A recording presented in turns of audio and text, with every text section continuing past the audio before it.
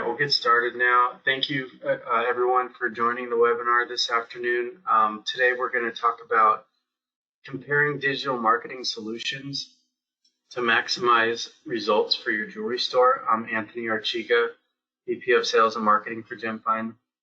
We do these webinars every month for our partnership with the Edge to help Edge users. Help them with connecting their Edge product data to their websites, and then also helping with digital marketing. We've been in this space for almost 25 years now, so we've kind of seen a lot of different types of marketing tactics and really try to stay up on the trends and provide as much educational insight as we can to the jewelry space. We've been, like I said, been in business for actually almost 25 years, since '99, so next year will be 25. We do all kinds of digital marketing websites. We're a Shopify partner. We have a lot of Shopify apps and apps for other platforms as well. But our goal is to help jewelers be a one-stop shop to help them build a revenue-generating solution for their store, all through digital means. And again, I'm Anthony Arechiga. I've been with GemFind for almost 16 years now, actually 16 years next week, and have helped in thousands of websites and digital marketing campaigns over the years.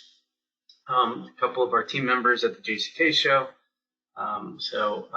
Today we're going to cover setting the stage. So we're going to talk about the jewelry digital landscape.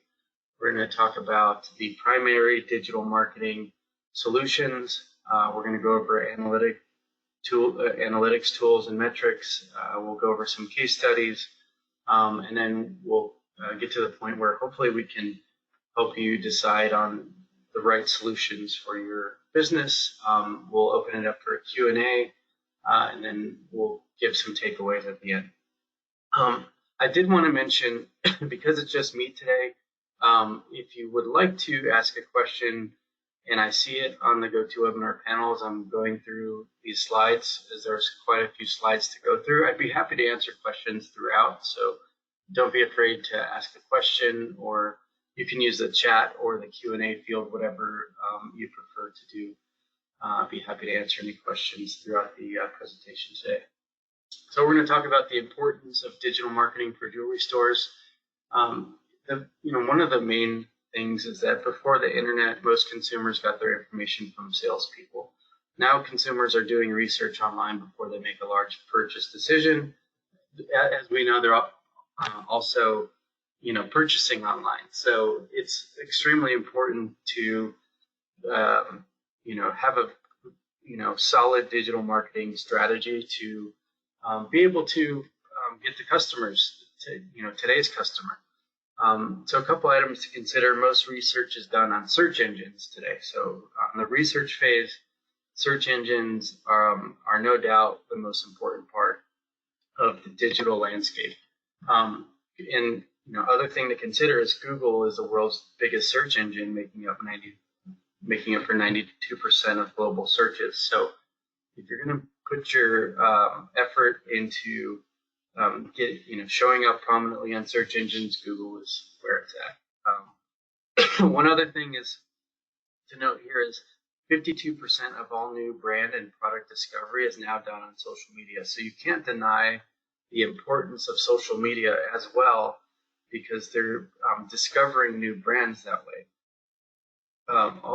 Consumers. So a couple, really important reasons why it's important for digital marketers to, for jewelers to use digital marketing.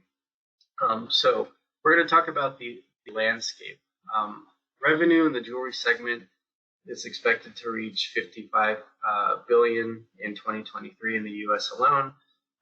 After a slight dip in growth in 2022, the fine jewelry market is expected to see continued and steady growth through at least 2026. 8.9% growth projected for the rest of this year, and then 11.4% growth projected in 2024. So it's going to continue to grow. And what's driving that growth? Online sales. The growth of online sales is fueling industry-wide growth. In 2022, the online jewelry market set a record growth rate of 14.97% year over year, and is projected to account for over 25% of overall sales. The revenue share is only expected to grow leaps and bounds, reaching over 40% of revenue share by 2025, up from 10% of overall sales in 2017. As we know, due to COVID and changing in buying behaviors, the online segment is just kind of expedited, actually online sales. So it's extremely important if you want to, compete with all these new direct-to-consumer brands coming out there. You've got to see what they're doing and really take a good look at and take a good effort at, getting some of those online sales. What are the most active shoppers? Married, average income women from 25 to 34-year-olds. This group contributes to 35% of all jewelry sales globally. The second largest age group is the youth, 16 to 24-year-olds, making up 27% of the total jewelry market, and merely 4% buy jewelry after the age of 55. So just a couple of things to notate here is there's, a younger generation that is actively shopping. So I'll give a couple other takeaways as well. Who are the biggest spenders? High-income people in the age group of 45 to 54. This group typically has an annual income of $200,000 or more and consumes $300 billion worth of jewelry every year. 55% of jewelry purchases were made by married people. Just some insights to share with you. One thing that I will say though is, as the older generation starts to age out, who's going to be the biggest generation that's going to be shopping? And that's going to be the millennials and Gen Zers. And so we want to take a look and see how they're shopping to make sure that you're positioned in the right way. But also, the most active shoppers are that generation currently. They might not be the biggest spenders yet, but eventually they will be once they start to get to that age group. So to millennials and Gen Zers, luxury is no longer a matter of price or exclusivity. Consumers are looking for a combination of craftsmanship, creative designs, and quality materials from brands that have a great story and also offer excellent experiences. Millennials and Gen Z consumers are placing greater importance on brand values. And some of the things that are on top of that list are inclusivity and sustainability. So some things to consider for your jewelry store. Younger generations are very into self-expressionism and less into social norms. The modern couple is looking for something more than just a traditional engagement ring. They don't want cookie cutter. They want unique products and experiences. Consumers know what they want, and they're willing to pay a higher price to get the desired results, ensure they have a meaningful and unique piece. And jewelry is no longer for women. Men are wearing a lot more jewelry than ever before. People find jewelry for themselves to convey status, confidence boost, and or make a bold statement. So these are some emerging trends that are going on right now. But competition is heating up too. So this is the time where jewelers really need to take a good look and see what's going on in the market, and because direct-to-consumer brands are winning over the younger consumers with their consumer-centric approach and authentic branding, especially since COVID, all kinds of different brands have popped up and really taken a big market share. Brands like Majuri and R8 have started to gain a competitive edge over traditional jewelry market by promising consumers sleek designs at a fraction of the cost. Direct-to-consumer newcomers and traditional jewelers are battling for market share in the middle sector that falls in between low-cost custom jewelry and luxury brands like Cartier. So, you've probably seen Varai and all these other ring concierge, and you're seeing all these new brands come into the marketplace that are doing everything. They're using all the digital touch points. They have a really good story, a unique brand identity for the most part. So its competition is definitely heating up, and like we saw, the jewelry industry is growing, but the largest segment of the jewelry industry that is growing is the e-commerce sector. So brands focusing on direct-to-consumer engagement rings and wedding jewelry have also been on the rise. Direct-to-consumer brands are revolutionizing the design and shopping experience for the symbolic jewelry through a collaboration forward service that is built on trust and personalization. A lot of them are offering, virtual appointments and, ring builders and, all kinds of different customizations within the process. So it's a really customer-centric approach that is really, reaching that younger audience that is actively shopping for jewelry and looking for something unique. So what's going on with these direct-to-consumer brands and why are they having success? It's really the adoption of the omni-channel strategy. So changing customer shopping patterns, evolving online purchasing behavior, and the rise in the number of these digitally driven customers, especially the millennial population like we're discussing, are forcing brands to shift their marketing strategies to an omni-channel approach. So what does that mean? It's the modern consumer wants the freedom to research, shop, and pay for products and services across multiple channels. I'm like guilty of this. Like I'll go on Instagram, I'll follow a brand, and then I will go to their website, and then I expect to get an email from them, or I'll sign up for 10% off or whatever. And I just kind of like, I'll go through all their different channels over time. I might set it down, come back 2 days later, and then I just expect to see an ad for them. So I know that I'm going to see it again if I'm interested. So most consumers navigate between numerous channels and touch points before making a purchase. An effective omni-channel solution integrates the various customer engagement channels and provides a seamless, convenient, and personalized customer experience. Having a successful omni-channel marketing strategy also means consistent branding, visual identity, and messaging across all channels and consumer touch points. So we'll talk a little bit about how important the brand identity is and your messaging here in just a little bit. So some of the digital touch points in the jewelry buyer's journey today are search engines, your websites, e-commerce platforms like Amazon and all those, eBay and all those different Etsy, etc. Email marketing, social media platforms, online ads, affiliate marketing, online reviews and testimonials, virtual try-ons, chatbots and virtual assistants, digital magazines and blogs, online communities and forums like Reddit, comparison tools, wish list features, online video content, remarketing and retargeting tools.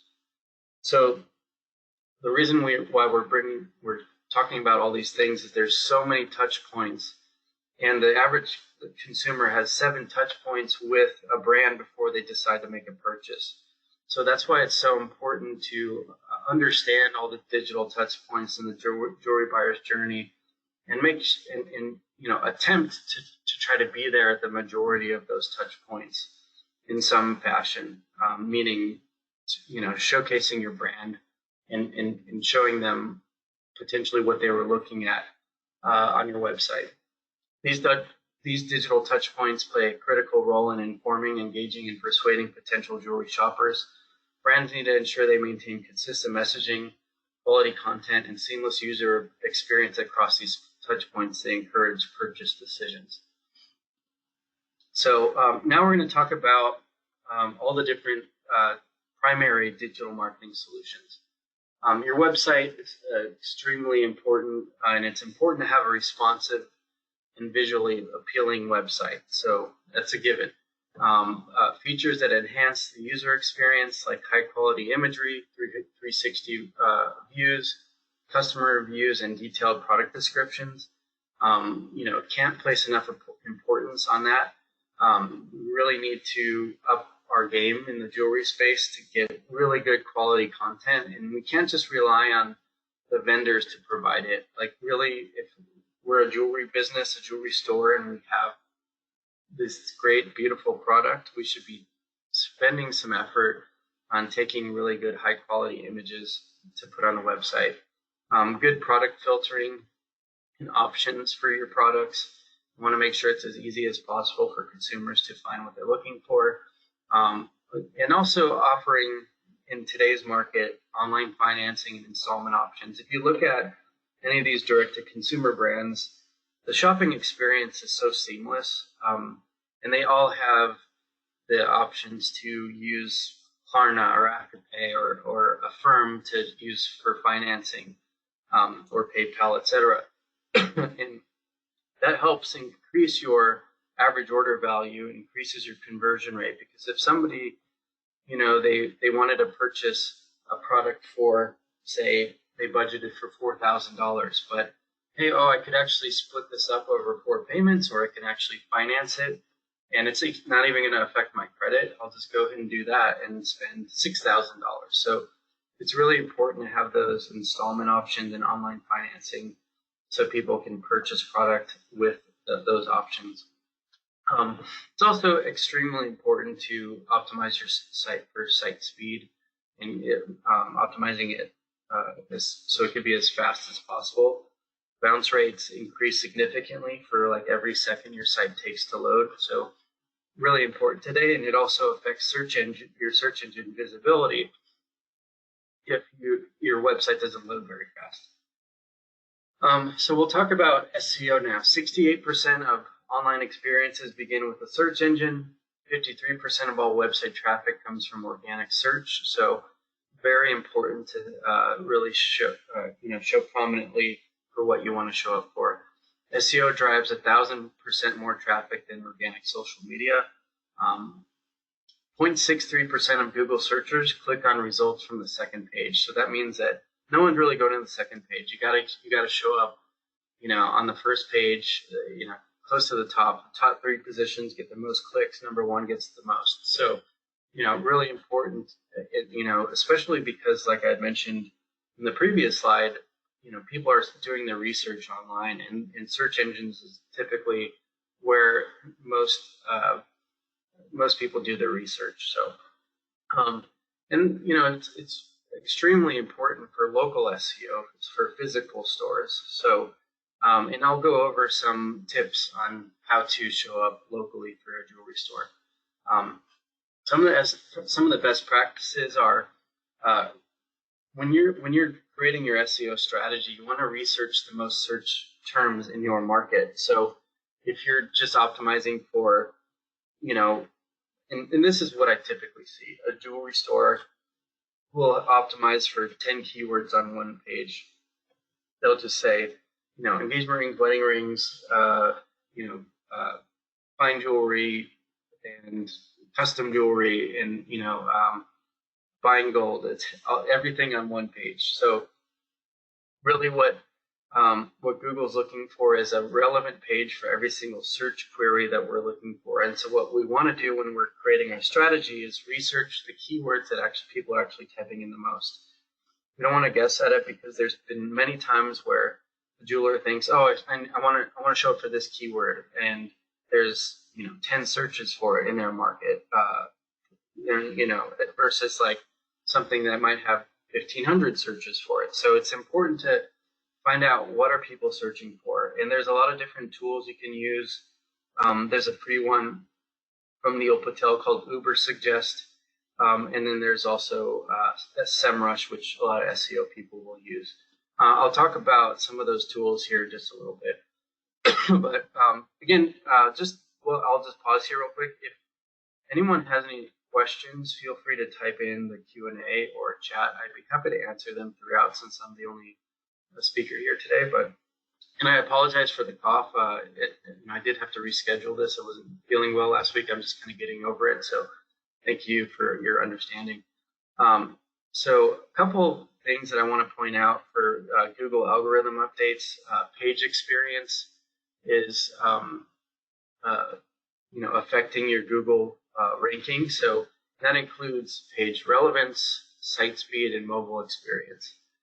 So page relevance means how relevant is this page according to what you're telling me to yield results on. So, and again, what most jewelers do is they'll just have one homepage that has all their keywords on it. But again, what Google's looking for is a separate page for every single search query. So, engagement rings, Nashville, wedding rings, Nashville, jewelry store, Nashville. You want to have a specific page for every single search query you want to show up for. And so what that's going to do is it's going to provide you the opportunity to have topical information for each one of those pages. Because then you can say, hey, this is a page that has the brands that I carry that offer engagement rings. It's got educational information about engagement rings. If we're talking about an engagement rings page. It's got featured engagement rings, so people can start shopping. It's got an appointment tool for an engagement ring consultation. When you have a relevant page like that, Google will see, oh, there's very low bounce rates on this page. So that must mean this page is very relevant. It's got a high on-page time. So I'm going to yield better results for this page. So that's why it's really important to look for the keywords, research the keywords that people are searching for, create a page for it, and you can do this for every single keyword that you want to show up for. Just create a separate page.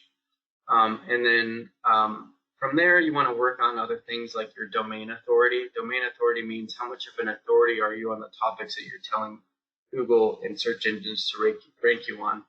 That's usually going to be affected by the number of backlinks and referring domains you have going to your website. I just did a big SEO webinar last month for the Edge users, and that's available on our website, I believe. If not, you can email me and I can give you a copy of it, and I go way more into detail about SEO. But I wanted to give some technical information about SEO so you know kind of what's ahead of you. So when you're planning your digital marketing, you can figure out, okay, what are the most important things to focus on? What takes the most time? What costs the most, etc. Also, you want to get your map ranked as high as possible. As you're aware, there's, or you may or may not be aware, in the Google search results, there's typically going to be your Google ads that show up on top. Typically, your search campaigns show up on the top. Then you're going to have your Google map, which is going to show, 3 results, potentially 4 if somebody's buying a Google map ad as well. And then you're going to have your search engine result placements under that. So the map ranking is really important for getting phone calls, direction requests, especially for like general jewelry store services. And the way that you're going to get your map ranked high is get as many reviews as you can, get citations. Citations are like directory listings. You want to clean up all of your directory listings, make sure your information is consistent across the internet. Create a Google Map API. What that means is you can embed your Google Map on your website. The more pages you have that Google Map embedded, the higher your ranking is going to appear on the Google Map. It's kind of a hack to get ranked on the Google Map. And then also activity. How active are you on the Google My Business page? Google My Business is like how you're going to manage your Google Map listing. But what you can do is you can post images all the time. You can even post events, so people can see, oh, there's an event coming up at this store. The more you post there, the more active you are with Google My Business. Google will keep pushing up your rankings. So that's really important to stay active there. And that's a great way to get a lot more visibility very quickly without, having to focus so much on your on-page SEO and off-page SEO related to your website. A couple other things related to SEO best practices is you want to incorporate structured data. This is more technical, but schema and Google Rich Snippets. You want to make sure that you have things that Google will look at like, hey, this is a product, like for example, for product schema. And again, this is just like the way that your data is structured on search engines. But I won't. I could go really far into that, but we don't need to get too technical today. But some of the types of schema is product schema, FAQ schema, event schema. So you're just telling Google when you're using this type of code, this is a product, this is an FAQ, this is an event. And what that does is it will yield your results way better. And so that way your products don't look like, for example, on WooCommerce, if you don't incorporate product schema, your products will just look like a page instead of having proper structured data. And so it increases your visibility, it increases your click-through rate. A lot of technical things here we can get into in a longer webinar. Page authority is important as well, which is I mentioned domain authority, but you also want to increase. You want to focus on internal page authority. So all the landing pages that you create that you want to create ranking for, you want to build up the authority for those pages by creating an internal linking structure on your website.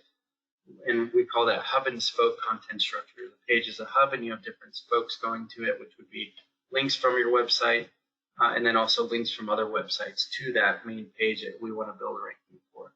So that's SEO in a nutshell. Again, a lot to do with SEO. I'm not going to go through everything here, but this is the proper landing page structure. You want to have your optimized title tag, meta description, and you want to keep all of your keyword consistent in all of those things. Your title tag, your meta description, your URL, consistent keywords on that page, your hero image, H2 with rich text block, optimized images, etc. So there's a lot to do with SEO. You can spend hours and hours and hours on just learning SEO. So we can go through those at some point. It's also important nowadays to optimize your collections. And again, we can go through some of the hows on how to do that, but we can go through that at another time. But I do recommend to optimize your collections and optimize your products as well. So you want to utilize product schema and then follow the same kind of structure. You don't have consistent keywords in every area that you can put your SEO information on. So we're going to talk about PPC now, so pay-per-click advertising. Some things to note about PPC: 65% of people click on ads when making purchases. So if they're in the market to make a purchase, they'll probably click on an ad.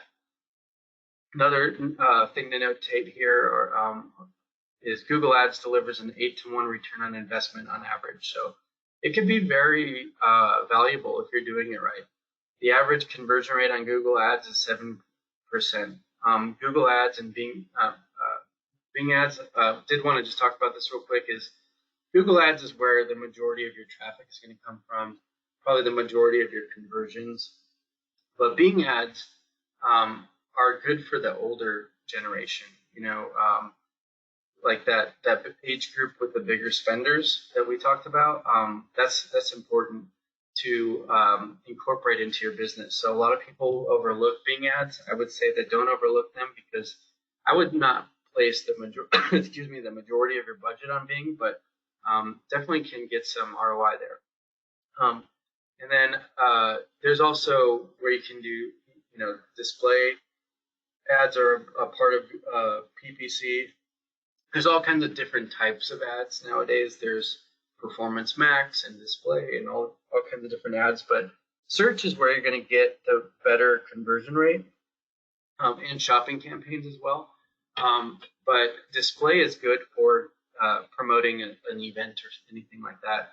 Retargeting campaigns, it's an important piece of your overall marketing automation strategy, doing that, especially dynamic retargeting. So what you want to do is when you set up your Google Ads is you want to add your products into the Google Shopping, which is Google Merchant Center. And when you do that, and you have your products in there, you can create what you call dynamic retargeting. So if somebody clicks on a product, they keep seeing those products everywhere they go on the internet. I do have a quick question from the audience, so I will take a look at for a small business that does not invest in marketing, website, emailing, posting, and blog, what is most important? How much should be thinking about spending a month? It depends on the size of the market, Erica. And so, every market is a little bit different, but, what I'll probably say is that every component to digital marketing is really important. If you just focus on one, it's going to be hard to really get an ROI. So I would say that start somewhere though, like, just look at the data again. Social media, people are discovering brands there, so super important.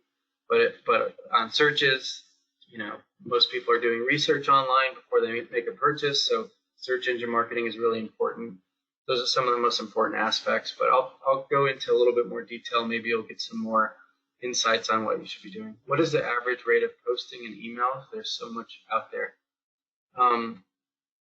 Posting on social media, I think, it depends on the brand, but I mean, I'd say post every day, but it depends on the quality of the content that you're posting. So that's what's most important, not the actual like how much you're posting. It's how good of the quality are the posts that you're doing. So and I'll go into a little bit more social media here in just a minute, and email as well.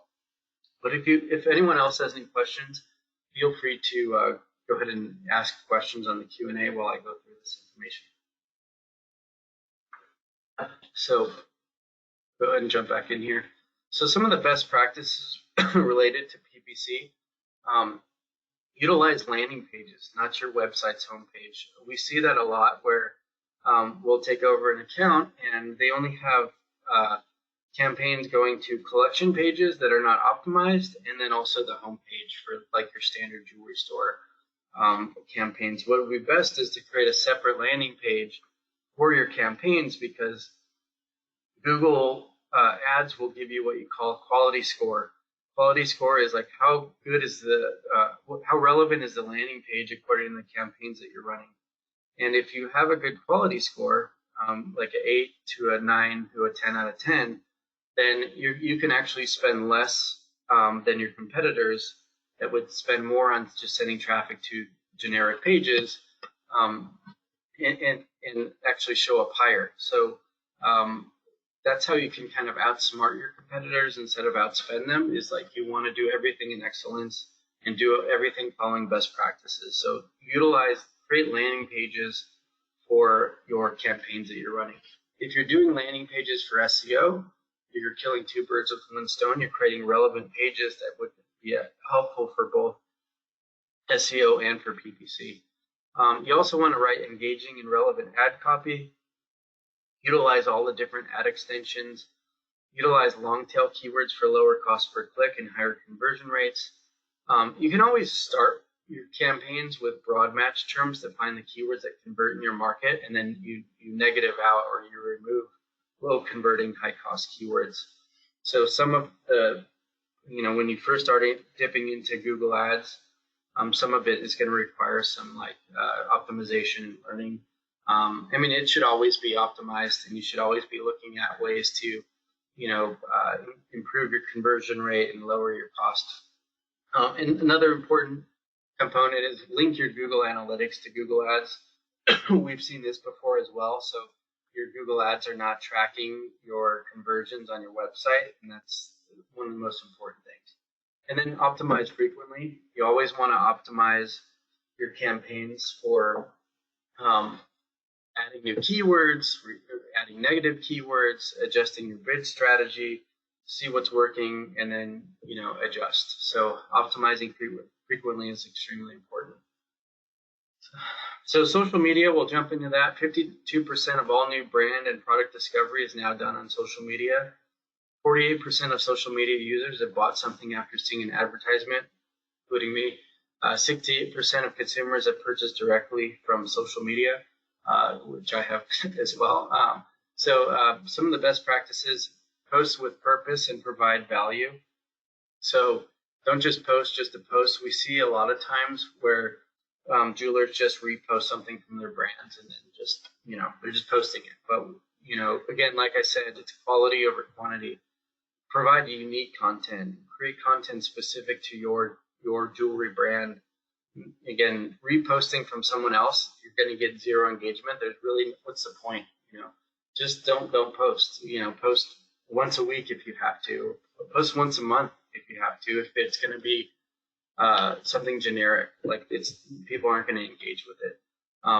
Also engage with your audience. So if somebody's commenting on one of your posts, you need to comment right back, and that will help the algorithms move your content up to the top. Show your personality and be consistent as well. So you should be posting on a cadence, a couple times a week at least. But again, it's quality over quantity. So if you can't produce original content, then post when you can. But consistency is important, so people keep seeing you show up on the feeds. Another thing that I will also mention is Reels on Instagram is the most discoverable content right now. So short form video content is where you should be spending most of your effort. Creating content with rings on a finger and asking the audience, which ring do you like better? Things like that can engage your audience is going to be where you're going to get the most bang for your buck there on social media. Let's see. I do have another question. How relevant is to post sales to social media? So one thing I'll say about social media is consumers are not turning to social media to be marketed to. And in order for social media content to be engaging, it must offer value to the consumer. So if it's valuable, then I would say that, post your sales. But again, consumers aren't. You got to do it in a way that is not like pushy on the sales. So think about the way that you're posting it. Think about the content that you're posting, and just be thoughtful, really, essentially. But and another thing about posting is your post should be unique to social media rather than repurposed from other channels, and it must stand out from other accounts as well. So like I was saying, a lot of people are discovering new brands on social media, but if you don't stand out, they're not going to discover your brand. It's really, really important to think this through and to, what I would say is creating a communication strategy that is all based upon your brand identity, your brand voice. So think these things through. Again, write it out. Create a brand book, like who is XYZ jeweler, and then create the content to support that. And who is my ideal customer? Who's my buyer persona that I'm trying to get to? So social media should follow your brand strategy. So we're going to jump into email marketing now. A couple things related to email. Email ROI is $36 for every $1 spent. So something to consider there. There are 4 billion daily email users. Smartphone users prefer to receive brand communications via email. And this is a recent statistic. I know that all the rage has been SMS, but I signed up for a lot of those personally, and this is just, I guess, the way I feel. But also the data supports it. Is that I just get bombarded, and now my text is filled up with kind of junk stuff. So I don't even look at it anymore. So email is really the preferred method of communication. But you just need to make sure that when you're creating your email strategy, it's relevant to the targeted person, and then your open rate's going to be a lot higher. Text typically is going to be opened a lot more, but it's getting to the point, I think, with all these different people asking for your numbers and doing SMS, that it's becoming less effective. So testing your emails lead to a higher ROI. The most effective strategies for email marketing campaigns are subscriber segmentation, message personalization, and email automation campaigns. So email automation, not a lot of jewelers are utilizing this. Some of our clients are. One great email platform that we use is called Klaviyo. Klaviyo integrates really well with Shopify. But what's beneficial about email automation is it's personalized based on how users interact with the website. And it's also an important piece of your overall marketing automation strategy. And so what email automation can do is, one basic one is abandoned carts. So if somebody adds something to their cart, they typically have to put their email address in before they reach the payment. And you can send out an email saying, hey, did you forget something? And then once you get their email address, you can also send them out similar product options as well. Another standard automation is your welcome sequence. Your first one could be like, welcome, here's your 10% off. Thank you for choosing us, and this is what makes our brand different. Gives you the opportunity to, present yourself to this person that signed up for your email list. So, and then you can send out automated emails for that email sequence that kind of helps them throughout their buyer's journey. And so when you do this, you can just set it up once, and as people start entering your funnel, they start getting these emails. Another one would be abandoned view. They click on a product, they're in your email list, and they leave. You can just say, hey, these are some similar items that you might be interested in based on your, products that you're viewing on the website, et cetera. So incorporating that along with your dynamic retargeting and both on Google and on Facebook and Instagram, that's your marketing automation strategy to have a holistic approach to nurturing and it's an important piece of e-commerce marketing, but also lead generation. So a lot of people overlook a lot of these, a lot of jewelers that we speak to, they're really only doing the basics. They're doing your Google ads, they're doing social media, Instagram posts, but they're missing a large component of some of the most important aspects, which is the nurturing component to digital marketing.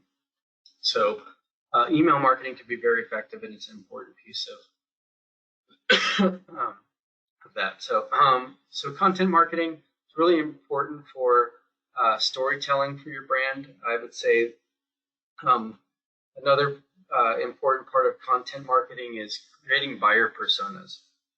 So buyer persona means it's a fictional representation of a potential shopper. Like this person drives a BMW, they're a 33-year-old female, they make $100,000 a year. And how would you speak to them? And so with content marketing, you create different content that addresses the pain points of your buyer personas. And so content is really an important piece of your overall marketing strategy. And so some of the types of content would be your blogs, your blog strategy, videos. Some of our clients, they're using TikTok or YouTube and creating educational videos that addresses the pain points of that buyer persona. Creating infographics, downloadable PDFs. One thing that we've done in the past is we create an engagement ring buying guide and download this engagement ring buying guide and learn about all the tips to buying your engagement ring. And once they download that, they get in your email list, and we give them emails for the next 3.5 months while they're shopping for an engagement ring, because that's the average engagement ring buying cycle. So you can also create content for each stage of the buyer's journey. So you want to consider what are the different stages. It's usually awareness, consideration, decision, and so you can time that out with your email strategy and also your marketing automation strategy. So things to consider. Content marketing can be very powerful. As far as blogs are concerned, another really important piece of your content marketing strategy is you can research questions people type in related to topics that make sense for your business. And like I said, use tools like SEMrush, Keyword Magic Tool, Ubersuggest. And so what we do in our blog strategy, which I'll be talking about and showing an example of a case study, you can generate a lot of traffic. It also addresses the pain points potentially of your buyer personas or ideal customer profiles. And then it also provides the opportunity to create an internal linking structure to make your SEO better. So blogs are really important for many different reasons. And then you want to follow the same optimization structure as your landing pages. Write a minimum of 1,500 words, 3,000 words are ideal. Nowadays, like putting out content is so much easier than it used to be because of AI, ChatGPT, and all these. You can write the content and then have a content writer go in and edit it so it's more humanized. But you can create a lot of content that way. But the most important part is the strategy. Don't just put out content just to put it out. Think about who is that person that you want to write it to, and then look up topics that people are typing in, or questions that people are typing in related to the topics that you want to cover. So another thing I wanted to just talk about briefly is your branding. Potential clients are attracted to brands that have meaningful, modern, and emotive brand identities. Not only does strong branding increase brand recognition and loyalty, it increases the perceived value of a brand. And a strong and consistent brand identity has been shown to increase revenue by 33%. So, a lot of our clients, they have a logo, they've got some colors, but they've never really thought through who are we as a brand, what is our message, what is our unique selling proposition. When you can create that and create like a brand book, and again, that could be your Bible, and that could tell you what is our voice and who are the types of customers that we want to attract, and then create your whole marketing strategy around that. So creating that brand identity is extremely important. I'm sure a lot of you already have those kind of things, but if you don't, maybe consider just revisiting that. We'll talk about analytical tools and metrics real quick. So some of the analytical tools, most important ones obviously is Google Analytics. Google Analytics will tell you how people are interacting on your website, what are the bounce rates, how long are people staying, etc. There's more tools you can add on your website, like heat mapping to see what people are doing once they're on your website. Google Search Console is another really important tool. Most jewelers don't use this, but it's important for it. Again, sorry for the but just getting over being sick here. Google Search Console will allow you to index pages. So when you create a new page, you want it to get indexed, so it will appear on the search results. SEMrush, which is a great tool to do keyword research. Ubersuggest, which is another great keyword research tool. Google Looker Studio is just it used to be called Google Data Studio, but what it is it'll put your data from analytics and from Search Console into like graphs and a visual representation of that data, so that way it's just easier to look at. So something to consider there. Some of the metrics to measure: cost per conversion is important to measure. Your conversion rate is important to measure. Your bounce rate, meaning how many people are leaving your website or page once they get there within, I think it's within 10 seconds. Cost per lead, you should measure that, and your return on ad spend, or ROAS. Return on ad spend is the easiest way to see how effective your campaigns are. But if you're not doing e-commerce, then you can't measure that. So you have to kind of maybe create some kind of formula based on your average closing ratio in store and your average order value, stuff like that. So, but return on ad spend is really important. So, and then a couple of case studies real quick. This is, and the reason why we're showing this is when you follow best practices and you have everything dialed in, you've got your brand identity, you've got your SEO set up, your campaigns will perform a lot better. This brand that we've been helping, they have a really great brand identity and voice, and they know their ideal customers very well. Our average ad spend is just $3,000 a month, and that's generating 79,000 sales online. This is not including all the leads and everything we're generating for them. That's an average return on ad spend of 25. So that means 2,500% return on ad spend, and those campaigns are generating 132,000 average impressions per month. So it's a really big return on ad spend. Again, they just have everything really dialed in. On Google Ads, their ad spend is even less, 2,000. They're generating about 36,000 a month, just from $2,000. It's a pretty low ad spend for generating that amount of sales online. That's about an 18 return on ad spend, or 1,800%, and that's generating about 42,000 average impressions per month. Another case study is, we were talking about how if you research blogs, you do SEO properly, then you can get a lot of traffic from those blogs, because you can find what are people actually typing in, and write the blogs based on that. So this business, they just launched in May of last year, and so we went from 0 traffic last year to 52,000 visits per month to their website based on our blog and SEO strategy. So this is the kind of results that jewelers should be seeing if they're following the best practices that we've been talking about on this webinar today. So making the choice, really what you want to do is assess your current digital footprint. What are you missing? And what do you have? And then what are you missing? Identify gaps and opportunities. Align your budget, goals, and resources with the right solutions. So I'm going to open it up. Again, you feel free to type in any questions, and I'll be happy to answer them.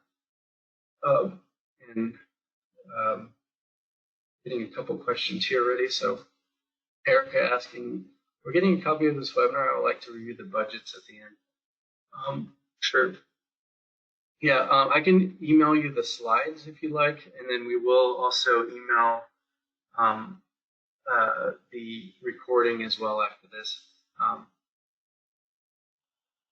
Sure, no problem. Let me pull my email address up real quick. So if you want to email me, my email is anthony@gemfind.com if you want a copy of the slides. And then, again, typically a day or two later, we will, okay, see it, Erica. If you can email me, because I actually can't save this, but my email is Anthony, ANTHONY, @gemfind.com. And then I will go ahead and send you over those slides. And then Sarah on our team will typically send out the recording a day or two after the webinar. But happy to send that over as well. Feel free to type in any questions on the Q&A here. Oh, or can you write it, please? Let me see. Let's put it in the chat. Let's see here. GemFind. Let me know if you see that there. Again, feel free to type in any other questions. Oh, thank you. Oh, perfect. Be happy to answer them. You can put them in the Q&A, or you can put them in the chat, whatever is easier for you. While I'm waiting for questions, I'll just say some of the takeaways. Changing customer shopping patterns, evolving online purchasing behavior, and the rise in the number of digitally driven customers, especially the millennial population, are forcing brands to shift their marketing strategies to an omni-channel approach. The modern consumer wants the freedom to research, shop, and pay for products and services across multiple channels. Most customers navigate between numerous channels and touch points before making a purchase. An effective omni-channel solution integrates the various customer engagement channels and provides a seamless, convenient, and personalized customer experience. Having a successful omni-channel marketing strategy also means consistent branding, visual identity, and messaging across all channels and consumer touch points, like I was alluding to. So, just think about those things. It's a different environment, out there than it used to be. It's more competitive, but there's still a lot of opportunity. Jewelry stores do have probably a leg up than these direct-to-consumer brands because you have a retail space that consumers can go visit you at. So if you can just nail down both the online part of it and your standard jewelry store in-store experience, then you definitely have a leg up. So that you can have a lot of success, I believe. Feel free to type in any questions on the Q&A. I'll give it about another 2 minutes wait for any questions to come in.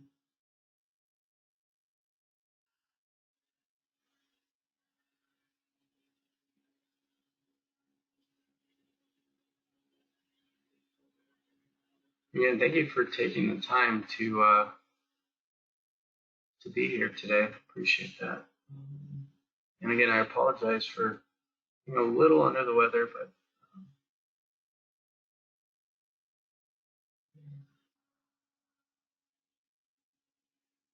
I don't see any other questions coming in. Give it about another minute or so.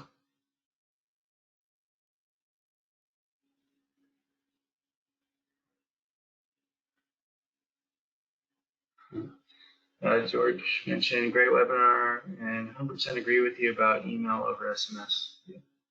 Thanks, George. Appreciate that. Erica asks, what percentage of business income should go to marketing a year? Everyone's a little bit different. I think it depends on the market too. So I think 10% is the typical go-to, and then figuring out how much of that is going to go to digital, it needs to be higher than it used to be. So 10% is it. All right.